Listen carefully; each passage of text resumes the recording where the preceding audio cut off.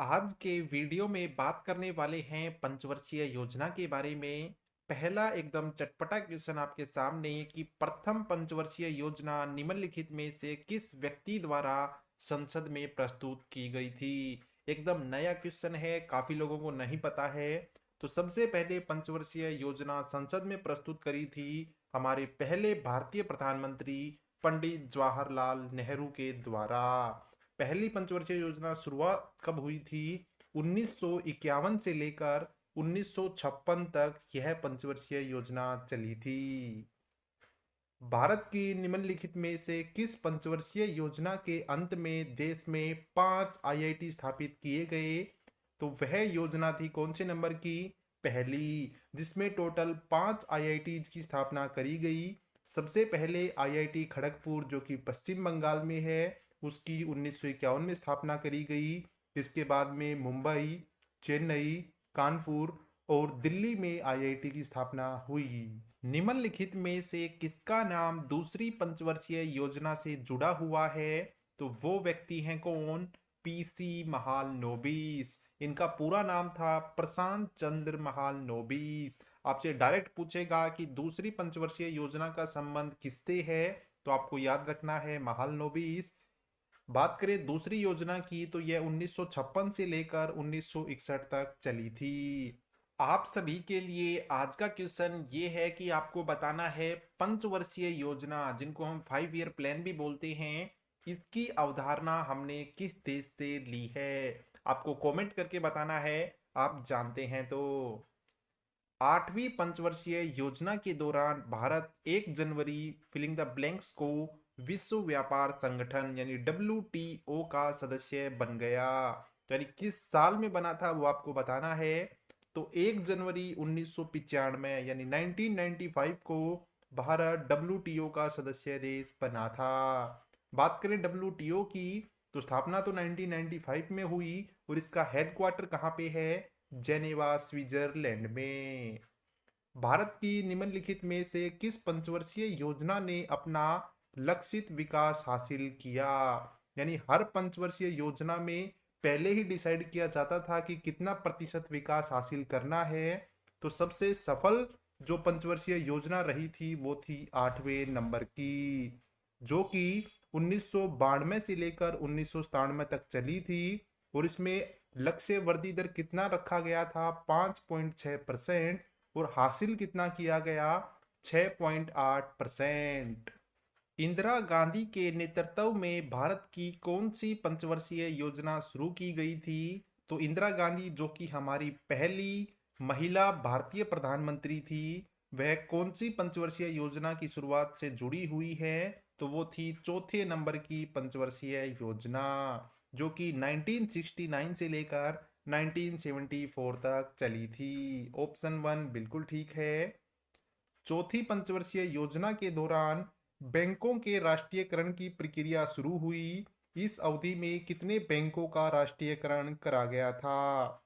तो सबसे पहले तो आपको ये याद रखना है चौथी पंचवर्षीय योजना में बैंकों का राष्ट्रीयकरण हुआ 1969 में। टोटल कितने बैंकों का राष्ट्रीयकरण हुआ?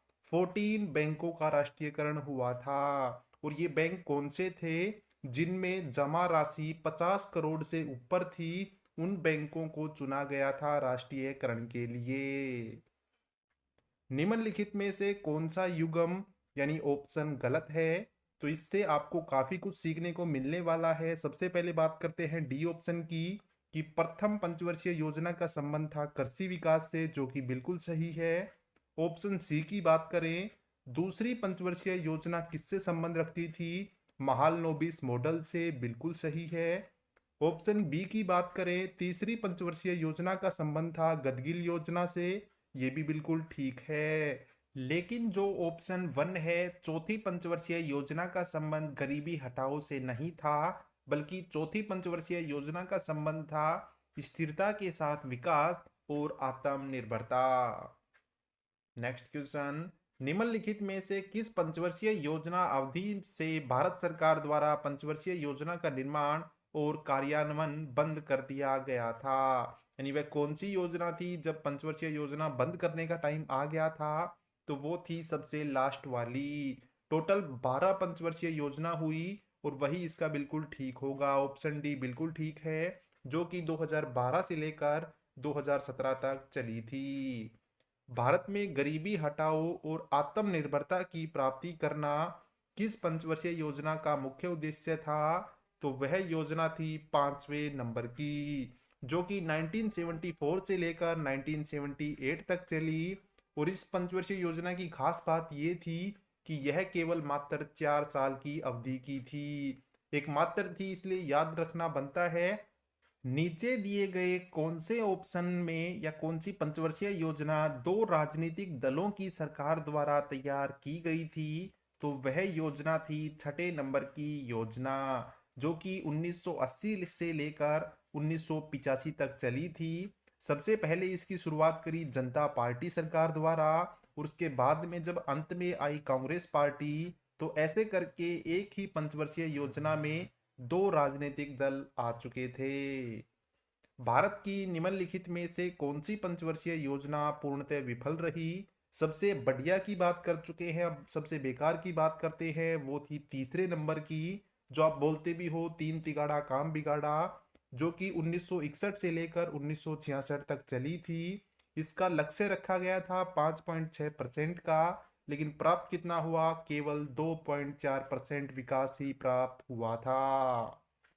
नेक्स्ट क्वेश्चन, भारत में प्रथम पंचवर्षीय योजना का लक्ष्य कितनी वृद्धि दर का रखा गया था? यह क्वेश्चन ऐसे कि ऐसा पूछा गया, इसलिए मैंने यहाँ रखा है।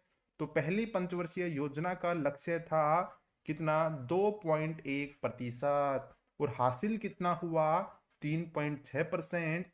पहली योजना के बारे में आपको ये ध्यान रखना है, एक तो कृषि के ऊपर डिपेंड थी, और इसका मॉडल भी पूछा जाता है, तो यह हैरो डोमर मॉडल पर आधारित थी। तीव्र औद्योगिकरण भारत की किस पंचवर्षीय योजना का मुख्य उद्देश्य था? तो यह उद्देश्य था भारत की दूसरी पंचवर्षीय योजना का। इसमें आपको यह भी ध्यान रखना है कि इसी योजना के दौरान भारत में 3 स्टील प्लांट स्थापित किए गए।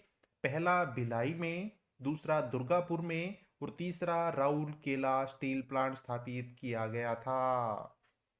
हरित क्रांति की शुरुआत 1966 में हुई। इस समय भारत में कौन सी पंचवर्षीय योजना चल रही थी, वो आपको बताना है। तो हरित क्रांति की शुरुआत हुई थी भारत की तीसरी पंचवर्षीय योजना में, जो कि 1961 से लेकर 1966 तक चली थी।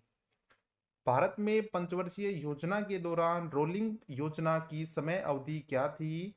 तो रोलिंग प्लान जब भारत में लागू हुआ, तो वह अवधि थी 1978 से लेकर 1980 तक। और इसको शुरू करने का श्रेय किसको दिया जाता है? डी टी लकड़वाला को इसको लागू करने का श्रेय दिया जाता है।